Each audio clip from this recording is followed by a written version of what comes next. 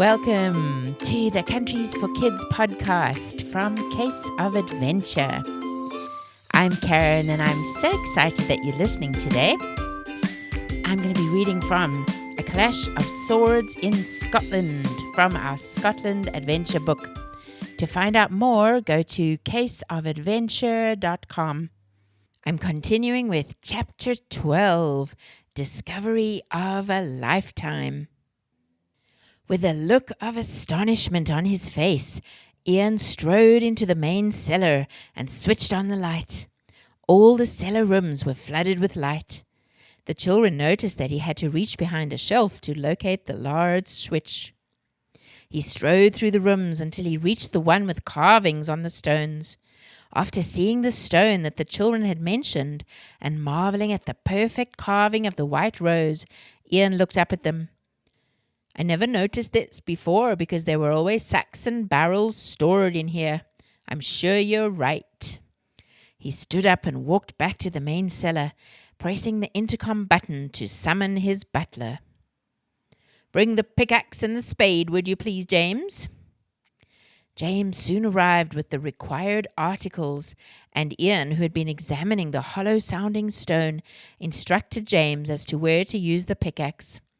We don't want to damage anything if it's here, so let's hack the stone next to it. Wren pulled Libby out of the way of the swinging pickaxe. Iain and James took turns swinging it until they were able to loosen the stone next to the one with the white rose carving. They moved it back and forth and were finally able to prise it up. Iain used the spade to gently scrape away at the cement below the stone. He suddenly stopped and stood up. What's wrong? Rome asked him, his anticipation evident in his voice. Actually nothing, Iain grinned. James, please call my photographer. I think we may want to record this moment. James left to do his employer's bidding. Iain dusted off his legs and kilt. I'm a mess. I'll have to clean up before the ceremony. Can't have a filthy clan chief now, can we? He grinned at the children. After what seemed like an age, James and the photographer ran into the cellars. They were followed closely by Mom, Dad, Janet and Tiffany, who had come to look for the others. Wren explained everything to them while Iain and James continued to work. James went to fetch a few more tools, and for about 10 minutes the children and the two men scraped away the cement surrounding the prize stone. The photographer snapped photos as Iain and James took turns using the pickaxe to dig deeper into the cement. Suddenly, Iain clanged against something metal. Goodness knows what everyone back at the castle must be thinking, said Janet. I'd better go and explain. She walked out to the castle gardens where most of the guests were now reclining in the sunshine. She apologized for the delay and assured them that Iain would return as soon as possible. Back in the cellar room, Rome drew in his breath sharply as Iain sat back from his labor with a satisfied smile. There, in a hole in the ground, lay a long metal box, finely uncovered and waiting to be investigated. Iain lifted it out and laid it on a sack next to Libby, who was sitting nearby. Undo the latch, Rome, he instructed. Rome obeyed and slowly lifted the lid to reveal an exquisite wooden box nestled inside the metal one. Go ahead, Iain nodded to Rome, who gingerly lifted the wooden box out and set it on the sack. Open it, Jake, Iain told him. There was a flash of purple as Jake flipped open the lid of the wooden box. They all peered inside. Wren folded back the purple velvet cloth, and there, its jeweled silver sheath glinting in the light, lay the most beautiful dagger the children had ever seen. With shaking hands and tears in his eyes, Iain reached out and touched the dirk that he had spent so many years searching for. If only my father had seen it before he died. His voice was thick with emotion. He believed for so long that we would find it. The children watched as he lifted the priceless dirk out of its box and proudly held it up in the air. He unsheathed it and examined the glinting blade. Now it can finally be returned to its rightful place with the honours of Scotland. Our people can enjoy it again. His face showed a mixture of pride, joy, and relief as he looked at the children. And you'll will be remembered in Scottish history as the ones who found it. How about that? The children felt quite overwhelmed at the thought. Scottish history, thought Rome in amazement. Maybe one day someone will read about us in a book, Jake broke the reverent silence, and everyone laughed, glad to let out the tension of the past while. Well, we'd best get back so this clan can have itself a new chief, Iain joked.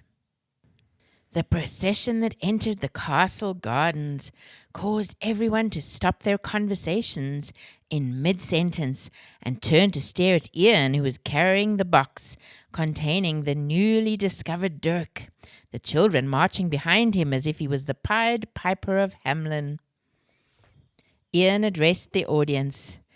Ladies and gentlemen, I present to you the lost dirk of the honours of Scotland, hidden away by my great-grandfather as commissioned by King George VI.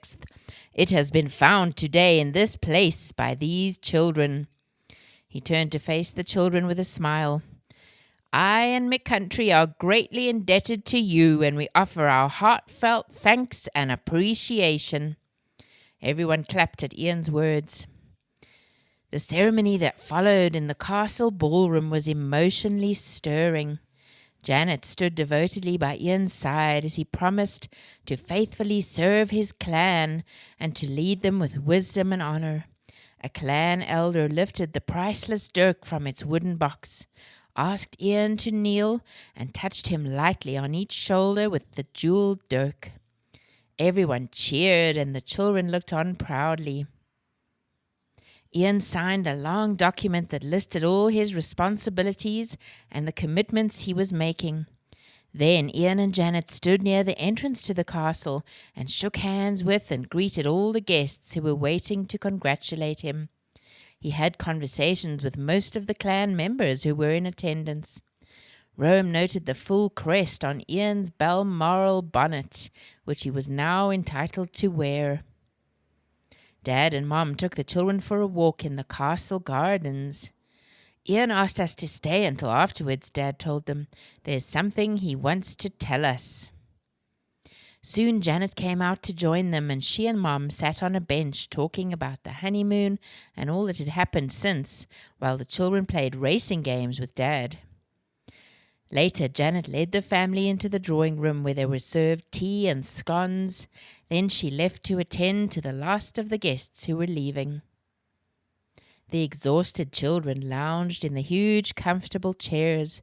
Tiffany dozed off with her head on a cushion. After the last of the guests had left the castle, Iain and Janet joined the Greys in the drawing room. That was quite a day, Iain sighed contentedly, sitting on his favourite recliner and smiling affectionately at his wife, who sat down next to him. Iain had brought the dirk in its wooden box into the room. I'm not letting this out of my sight, he commented.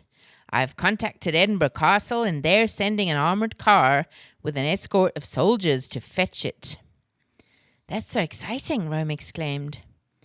We'll be able to have a special viewing of the dirk tomorrow at the Royal Edinburgh Military Tattoo, Iain told them.